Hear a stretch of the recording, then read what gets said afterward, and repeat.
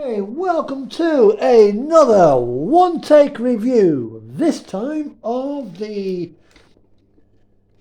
Kato Models E657. This is a two-part set. First off, you have the 6-car initial starter set, the basic set as they call it, and then you have the 4-car add-on set. Now, I will just take this away. The E657 Super Hitachi is a DC 3-foot 6 gauge electric multiple unit that runs out of Tokyo, UAE. I think a lot of trains run out of Tokyo. Operated by Japan Railways, JR East, I think it is. And it is a very modern looking set. So, this is what you get. You get a nice book set on each pack with a little press stud there. These have actually been quite, was it? Kato Japan, there you go. Precision railroad models. Yes, they are. Very well precision made. We open it up and we get a little bit of information about the model and the real thing, including a nice photograph of the real thing. And then 6 coaches. Coach number...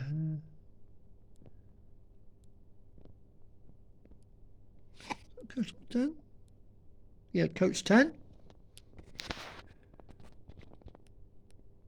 Coach 9. Coach 8, I think, is that one? Coach 7. Coach 6. Coach 1. And in the add-on pack, you should get coaches 2 through 5. It's really difficult doing this. Again, you've got the same instruction book that comes with the other pack. So we've got coach 2, coach 3, coach 4, focus, and coach 5. That's the first class coach. I want to find out what this section of the coaches here actually is. I think it's a guard compartment. So let's have a look at these coaches. We'll start with coach number. We'll start with the instruction booklet. It's always a good place to start. You can get some stickers as well, I presume, for the destination boats. So, that's this out here. You've got some information about the train. E657 something or other. I have no idea what that says because my Japanese is less than useful. In fact, it's worse than useless. You have got the information about how to form the train up. The dark coloured ones are the set that we've got, with the lighter colour set being the add-on pack. It tells you here about various different things. That, for example, is the end coach. That's the motor coach. And you've got down here on the other end coach, and then it tells you something about those there. And then it tells you what lights you need to fit the entire thing. DCC, yes, this model can be fitted with Kato's decoder. by the looks of it. Engage, this, that and the other. You've got various different things there. Go there, and go there. These are the destination boards. It tells you where to put them on the model. And it shows us here we have got a removable part, the yaw dampers, which can be removed off the coupling if you find that your layout is too tight or you simply don't like them.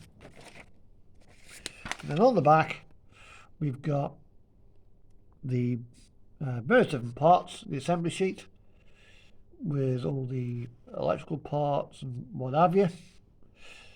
I see body shells, tells you what body shells you need if you break a body shell. Power bogies, couplings, springs. I presume that's for the coupling spring. Traction tyres, which you can get, you come in a pack of 20. Your light rig, your coupling connectors for the light rig, yaw dampers, and various front valances, walkways, the bogies there naturally, and the couplings and what have you. So that's what you get. So let's have a look at the coaches. Now this particular set I had a bit of an issue with, because out of the factory this particular set was fitted with the wrong decoder flap. So I've had to just file away one corner to make it fit properly. But that's just this particular model. I have got another one of these models. I wanted to have two, one running one way, one running the other way, for when I finally get round to upgrading Newhall Road, which is going to become a 3-layer set with one train running one way, one train running the other. So, enough of that. Let's put them on the track. So this here is the front car. This is coach number 1, I think it is. It does have working lights.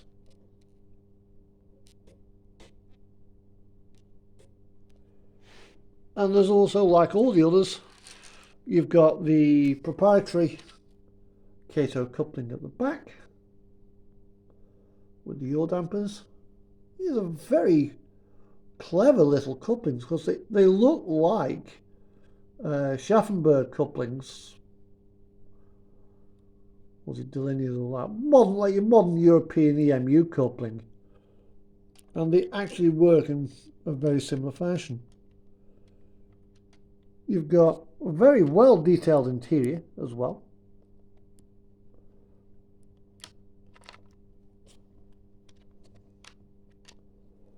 And if you can find the character small enough, you probably could actually fit a driver to the inside. I have tried, but the one that I would, part of modern UK outline, which is 1:148, this is 1:150 scale model. So a person who is 6 foot in 1:150 will be about 5'11" in 1:148. There's not really that much difference between them.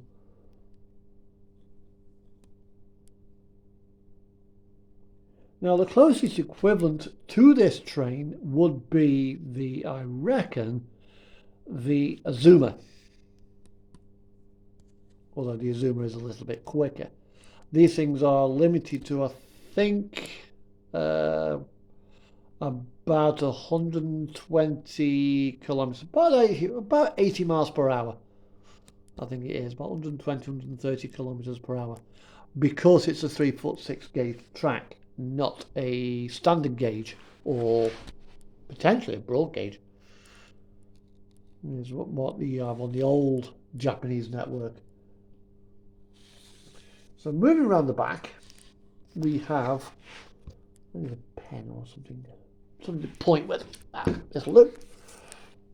You have got the yaw dampers as well. These do come off. They just unclip and the clip on quite easily again. You've got a really nice detailed roof, very clean roof on this model, with I presume that's the horns there, radio antennas, air conditioning pod, passenger door there, crew door there, passenger door there. Moving on to coach number 2.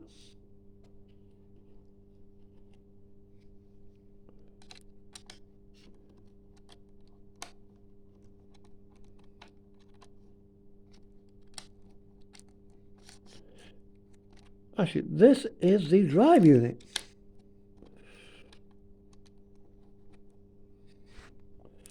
So this is the drive coach for the actual model. And you get, on this particular one, is a very nicely moulded pantograph with all the associated electrical equipment around it. When you're moving these pantographs, be very, very careful. They are delicate. And be careful when you lift them up.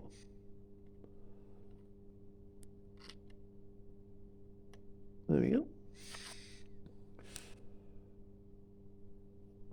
It is posable. It's not spring loaded, so it comes up quite easily. You've got, again, you've got the yaw dampers at the back here. The same standard proprietary Kato coupling. Although this particular one has got something that my Dapple Voyager hasn't got, and that is the entire drivetrain on this model is located under the floor. It's all packed away below where this red pink stripe is. And you've got twin motor drive, twin bogie drive, sorry. On the back, you can just about make, where's the camera there? You can just about make out the drive shaft with the gearbox there and the gearbox there, again with the drive shaft. Plastic covering which hides the motor. It literally just unclips. Very, very easy to take off. The bogies unclip nicely as well.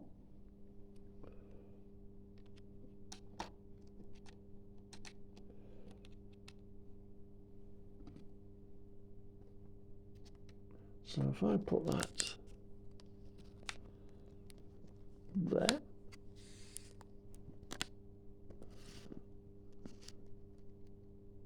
and to couple these up, you just bring them in and just click them together. It's that simple. So I'll move this out of the way.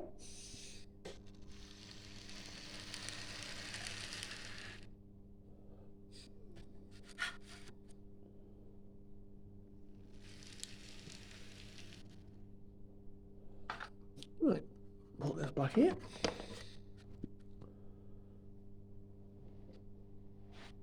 So this is now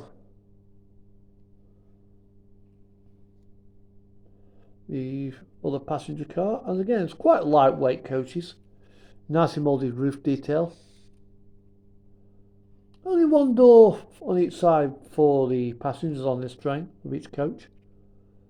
Again, very nice underfloor gear.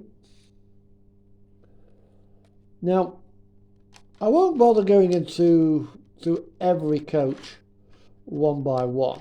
It's not really necessary.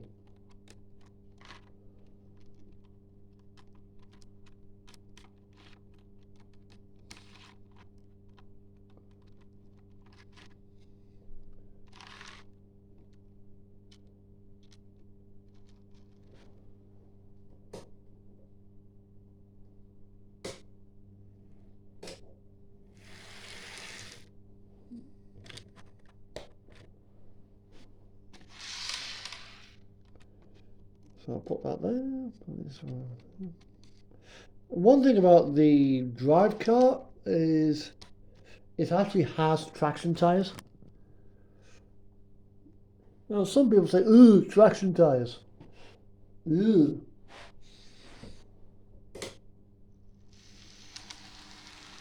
I don't think they're that big of a deal. Now, the strange thing is with this one, when it's actually in the full rake, because it's got three pantograph coaches on the entire train. And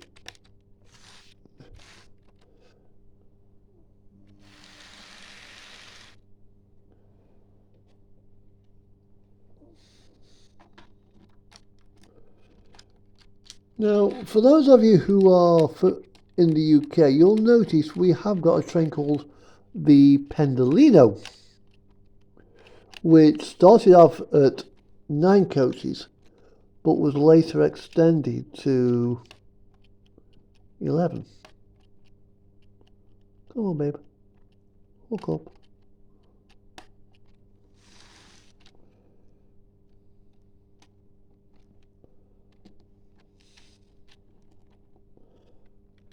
And the middle coach for that train has actually got a pantograph well, but no actual pantograph installed. It's only got the 2 at the end.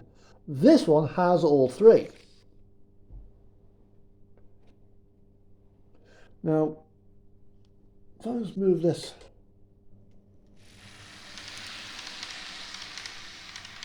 out of the way and put this one on here for a moment. This is the end coach.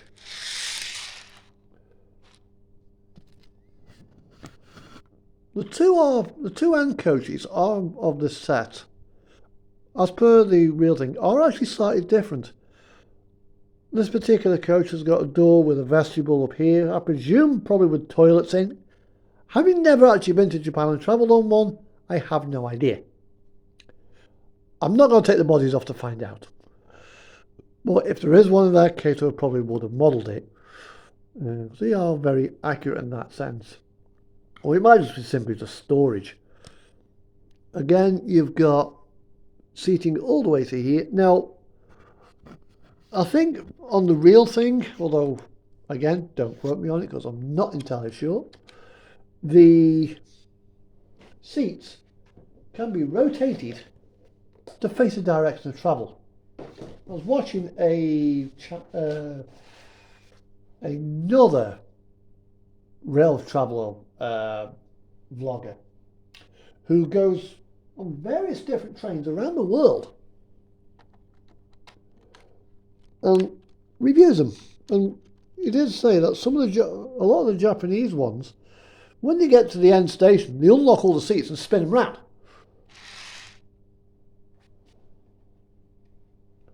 Whereas over here, if your train has got airline seats, that's it. It just stops and you get off it, and the next the next passengers come along and get on that train, and they get to seat backwards for the rest of their journey.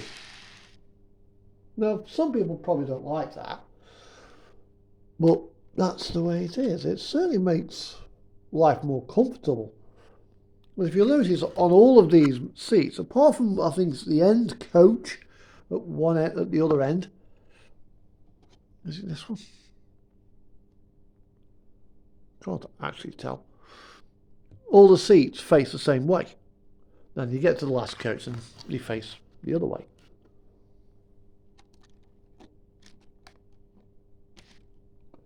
So if I just get this here. Now, coupling these coaches up can be a little bit awkward. Sometimes they just don't want to go together. There you go.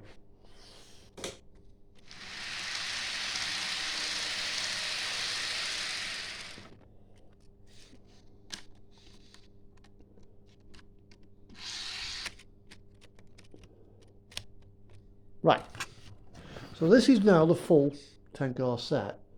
Each set, the primary set was about 150 quid from Japan. You can get it from Train Tracks for a little bit more than that, because obviously I have to bet they pass the import duties. And then obviously you got the second set with 4 coaches. I think in total I paid about 250 quid for it. That's including the import tariff, because obviously from Japan by FedEx you will have to pay the import duties, and I got stung for that. It was about 45 quid.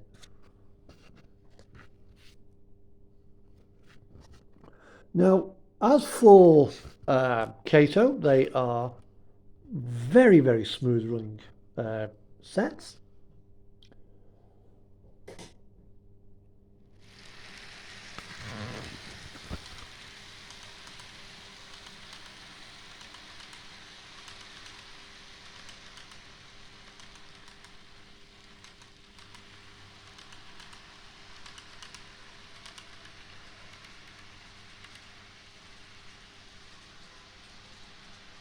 Now, Kato, they have got in some places, some people don't like Kato. They're a little bit too plasticky for some people's liking. However, it's probably no worse than Hornby's Railroad,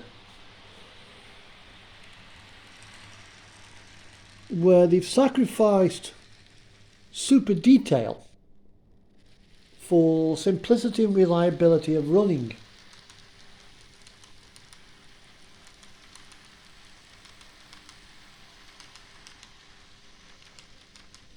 And I've had the other set for about 6 months. I did have to replace a bogie on it, although that was because of my own doing. Because one of the bogies got fluffed up, so I took the bogie apart to clean all the fluff out of it. But trying to put the wheels back in, I mangled all the I made a bit of a faff of it and mangled all the contacts up, which didn't do it any good. So that is a downside when you're trying to get them in. They are a bit fiddly to work on. Well, that said, that's not really much of a problem, because this will give you hours of service. So how does it run? The main question is, how does it run? Now I've got here 0 to max, which is 100. So I just put that there.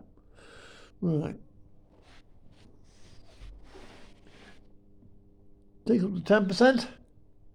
No movement, no lights. Take it up to 20%.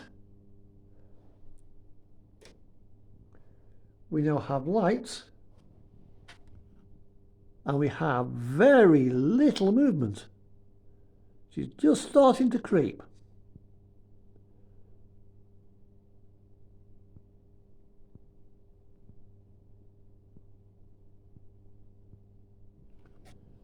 So now we'll take it up to about 25%, and she's stalled. There we go.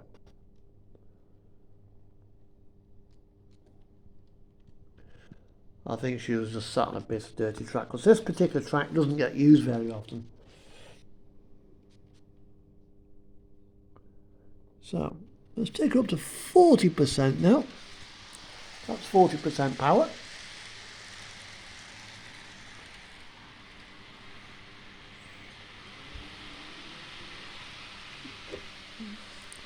Now we're at 50.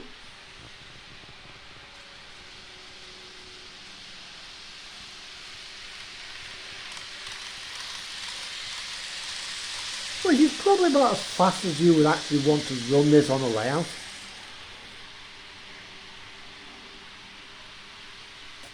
This is now 60%.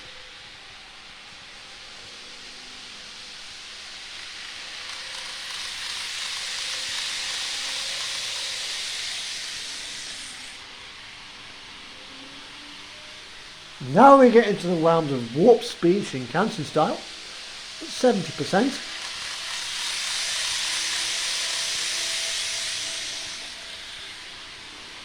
Take up to 80.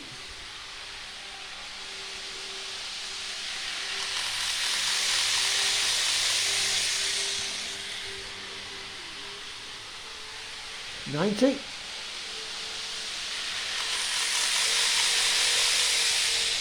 And full speed.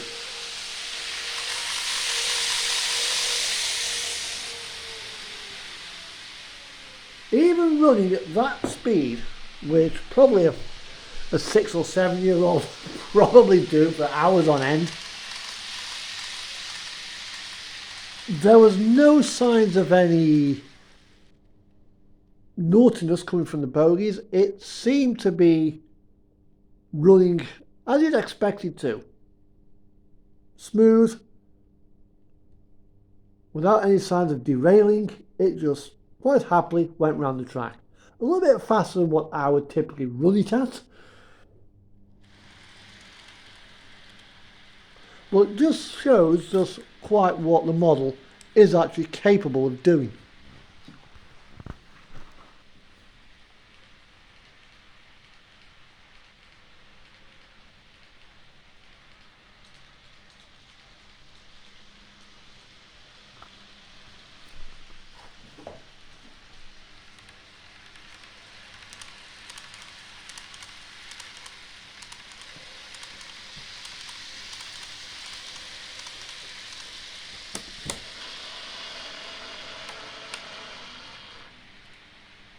Right, let's see how she copes with points.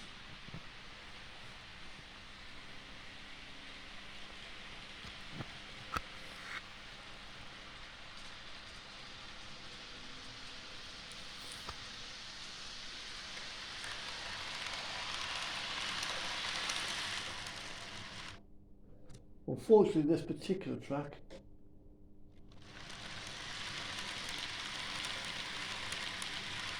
what happened there was nothing to do with the model.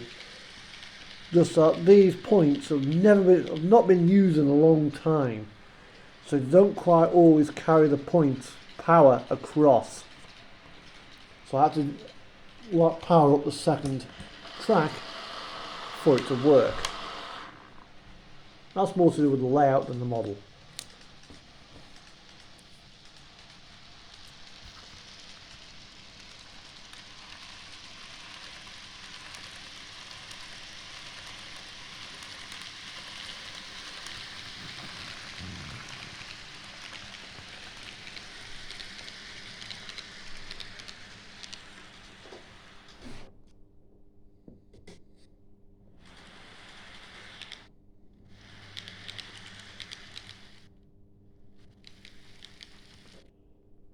So in total, would I recommend such a model?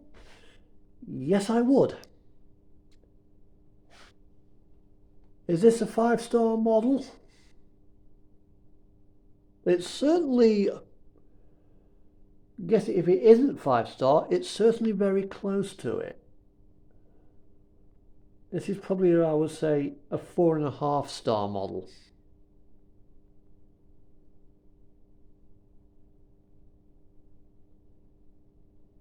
But on the whole, I'm very happy with this product.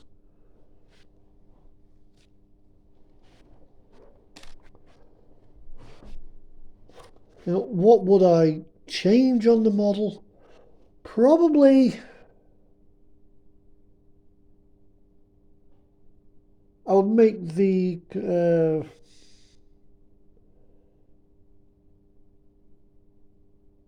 I'll probably fit it with magnetic couplings, but that's about it. Just simply so that over time the couplings don't wear out. Because the way they are, you're constantly having to clip in and clip out, clip in and clip out, clip in and clip out every time you take it off the track. In time, you'll probably wear these Dellinger couplings out. So magnetic coupling will just simply come in and just couple up. would probably be better. I have got another one, and I did notice on the other one where, because where the motor is located, it didn't like pushing around some of my curves one particular way. It tended then to obviously jack off the track, as the couplings want to spring it back level.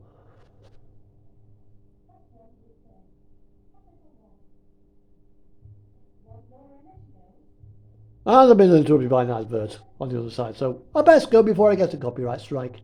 Bye bye.